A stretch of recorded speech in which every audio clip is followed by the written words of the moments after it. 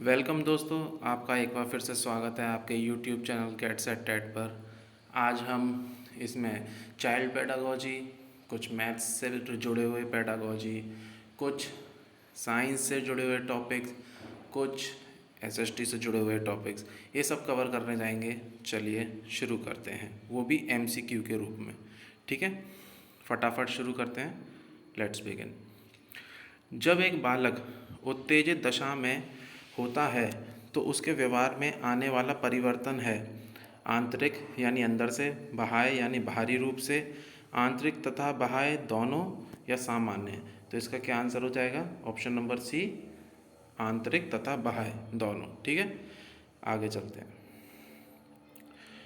Which of the following implications का मतलब होता है आशय या फिर कोई सजेशन। ठीक है ना। Can not be derived from पियाजे theory of cognitive development. Option number one, acceptance of individual difference यानी कि व्यक्तिगत अंतर की स्वीकृति, sensitivity of childrens readiness to learn, सीखने के लिए बच्चों की तत्परता की संवेदनशीलता, या फिर डिस्कवरी लर्निंग, या फिर नीड ऑफ वर्बल टीचिंग। तो इसका सही आंसर हो जाएगा नीड ऑफ वर्बल टीचिंग। आगे चलते हैं। According to Piaget, a child between 2 to 7 years is in the dash stage of cognitive development. 2 से 7 वर्ष के बीच के बच्चे का पियाजे के अनुसार कॉग्निटिव डेवलपमेंट की कौन सी स्टेज होगी? फॉर्मल ऑपरेशन नहीं, कॉन्क्रीट ऑपरेशनल नहीं, सेंसरी मोटर नहीं, क्या होगी? Pre operational. ठीक है, आगे चलते हैं। In Vygotsky theory which aspect of development gets neglected. Vygotsky का नाम आते ही हमारे दिमाग में क्या आना चाहिए? सोशल और कल्चर और लैंग्वेज। ये 3 शब्द आने चाहिए क्योंकि वाइगोत्स्की ने 3 शब्दों के बारे में डिस्क्राइब किया है, सोशल, कल्चर और लैंग्वेज। यानी सोशल है, एक सेकेंड, सोशल है, कल्चरल है और लैंग्वेज यानी लिंग्विस्टिक। कौन सा नहीं है? बायोलॉजिकल नहीं है। तो यानी कि यही इसका आंसर हो गया, क्या? बायोलॉजिकल। ठीक, आगे चलते हैं। According to Vygotsky, children learn. Vygotsky के हिसाब से बच्चे कैसे सीखते हैं?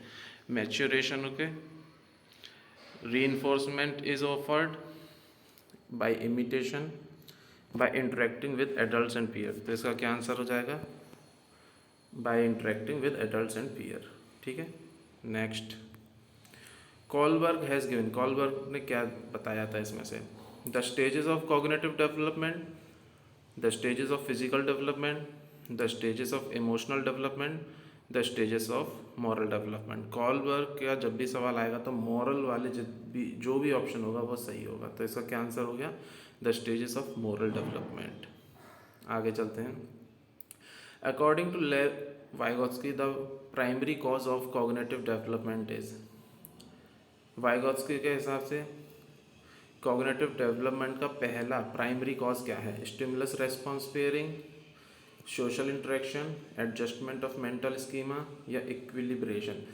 वाइगोत्स्की में सोशल शब्द वाला ऑप्शन सही होता है, तो यानी इसका ये आंसर हो गया, सोशल इंटरेक्शन। ठीक, आगे चलते हैं। Which of the following is based on Vygotsky socio culture theory. Socio culture theory के हिसाब से कौन सा ऑप्शन सही है? ऑपरेंट कंडीशनिंग नहीं, reciprocal teaching, cultural natural cognitive development नहीं, इनसाइट लर्निंग नहीं। तो क्या आंसर हो गया? Reciprocal teaching. ठीक, आगे चलते हैं।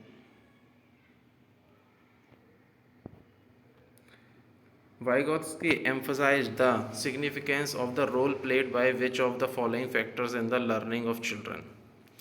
वाइगोत्स्की ने किस चीज़ पे जोर दिया था कि बच्चों की लर्निंग में कौन सा रोल प्ले सबसे ज़्यादा इम्पोर्टेंट है?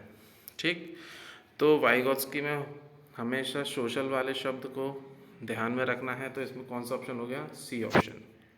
आगे चलते हैं। Children activity construct their understanding of the world is a statement attributed by। Children actively construct their understanding of the world, ये किसने कहा था? ये कहा था हमारे पियाजे जी ने। तो इसका आंसर क्या हो गया? पियाजे। आगे चलते हैं। अब हम थोड़ा सा मैथ्स की पेडागोजी के हिसाब से चलते हैं। Which of the following statement is true? One is not a prime, one is a prime, one is a composite number, two is not a prime number. Two हमारा प्राइम नंबर होता है, one हमारा composite number नहीं होता, one हमारा prime number भी नहीं होता। तो कौन सा ऑप्शन हो गया? One is not a prime, क्योंकि वन एक ऐसा नंबर है जो ना तो प्राइम नंबर है और ना ही कंपोजिट नंबर। ठीक है, प्राइम नंबर वो नंबर होते हैं जिनके सिर्फ दो ही फैक्टर होते हैं, या तो वो खुद या फिर वन। ठीक है, तो यहाँ पे वन का सिर्फ और सिर्फ एक ही फैक्टर बना, वो वन। ठीक, आगे चलते हैं। Which of the following is not a parallelogram? इनमें से कौन सा पैरेललोग्राम नहीं है? स्क्वायर है, उसकी साइड्स पैरेलल होती हैं, रेक्टेंगल की भी साइड्स पैरेलल होती हैं, रोम्बस की भी साइड्स पैरेलल होती है, सिर्फ और सिर्फ ट्रेपीजियम की साइड पैरेलल नहीं होती। तो इसके हिसाब से कौन सा ऑप्शन सही हो गया? इसके हिसाब से हो गया अपना ट्रेपीजियम। ठीक, आगे चलते हैं। To introduce the concept of fractions a teacher can begin with. Fraction का एग्जाम्पल क्लास में टीचर को समझाने के लिए कैसा एग्जाम्पल रखना चाहिए? Writing fraction in the form of a upon b where b is not equal to zero, identify fraction parts of things around them, identify numerator and denominator of different fractions, finding fraction on a number line. Fraction समझाने के लिए teacher को अपने surroundings में जितनी भी चीज़ को लेकर के वो समझा सकता है बच्चों को, उसी पे ही फोकस्ड होना चाहिए। तो इसके हिसाब से बी ऑप्शन इसका राइट हो गया। आगे चलते हैं। Problem solving is a strategy of doing mathematics involve. Problem solving की कौन सी स्ट्रेटेजी मैथमेटिक्स में इन्वॉल्व होती है? Activity based approach, estimation, extensive practice, using clues to arrive at a solution. तो इसमें क्या ऑप्शन हो जाएगा? Activity based approach. ठीक, आगे चलते हैं। एक्टिविटी के साथ समझाना चाहिए मतलब इसका। आगे चलते हैं। Arun is good in solving equation but usually faced word problems. Most of the time he ask should I add और सब्ट्रैक्ट, शुड आई मल्टीप्लाई और डिवाइड, सच क्वेश्चन सच है। अरुण गुड अच्छा है इक्वेशंस को सॉल्व करने में, लेकिन उसे दिक्कत किस में आती है? वर्ड प्रॉब्लम्स को सॉल्व करने में। तो वो उसे समझ में नहीं आता है कि वो ऐड करे या सब्ट्रैक्ट करे या मल्टीप्लाई करे या डिवाइड करे। तो इसके हिसाब से उसको क्या करना चाहिए? अरुण के अंदर किस चीज़ की कमी है? अरुण के अंदर लैंग्वेज को समझने की दिक्कत है, इसीलिए वो पता नहीं कर पाता है कि वो क्या करे, प्लस करे, मल्टीप्लाई करे या माइनस करे या डिवाइड करे। तो इस हिसाब से लैंग्वेज दिक्कत वाला ऑप्शन कौन सा हो गया? Option number D. आगे चलते हैं। अब थोड़ा सा साइंस के क्वेश्चन कर लेते हैं। Which of the following is a large blood vessel that carries blood away from the heart? सबसे बड़ी ब्लड वेसल का नाम बताओ जो हार्ट से खून को ले जाती है बॉडी पार्ट में। तो उसका क्या आंसर हो गया अपना? आर्टरी। आगे, fungi are plants that lack. Fungi आप जानते हैं, फंगस वो एक तरीके का प्लांट होता है, उसके अंदर किस चीज़ की कमी होती है? उसके अंदर ऑक्सीजन की कमी नहीं होती, कार्बन डाइऑक्साइड की भी कमी नहीं होती।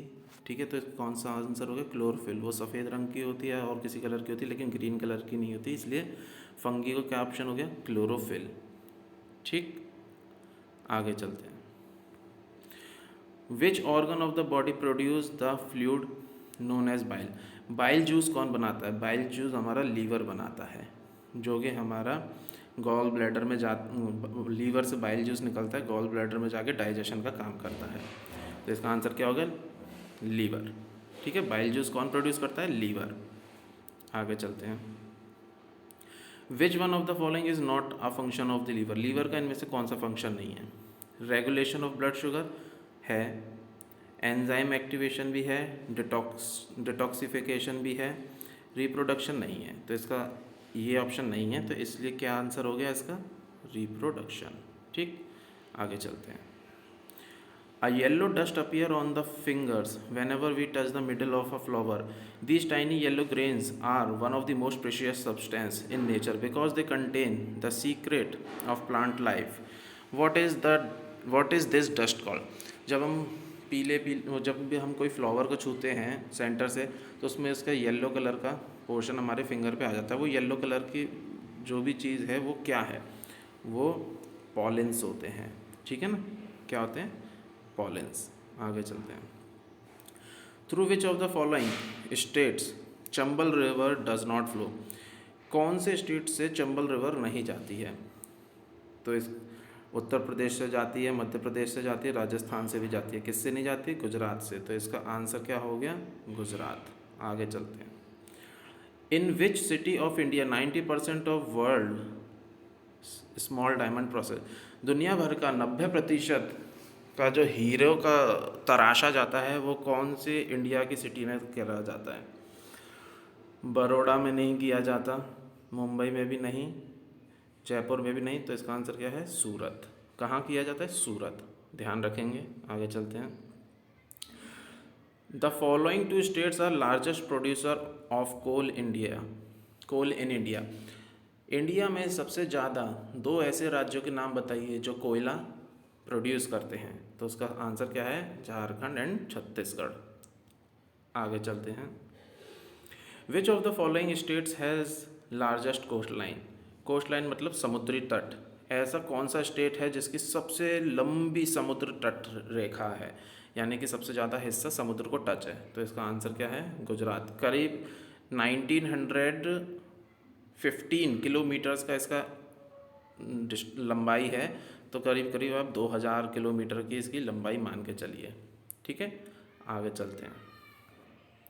In India which among the following state has the maximum estimated uranium resource? हमारे इंडिया में जो परमाणु यानी कि यूरेनियम फ्यूल है वो सबसे ज़्यादा कहाँ पर प्रोड्यूस होता है? इसका आंसर है आंध्र प्रदेश। ठीक, याद रखेंगे। आगे चलते हैं। रोहतांग पास, आपने सुना होगा, रोहतांग पास बर्फीला एरिया है। वो किन दो वैलीज़ के बीच में है? तो उसका आंसर क्या है? कुल्लू एंड स्पीति। कुल्लू एंड स्पीति। ठीक है, आगे चलते हैं। चेल हिल स्टेशन जो कि क्रिकेट ग्राउंड का सबसे ऊंचा क्रिकेट ग्राउंड और पोलो ग्राउंड और वहाँ के जंगल बहुत खूबसूरत हैं, ये इन सब चीज़ों के लिए फेमस है।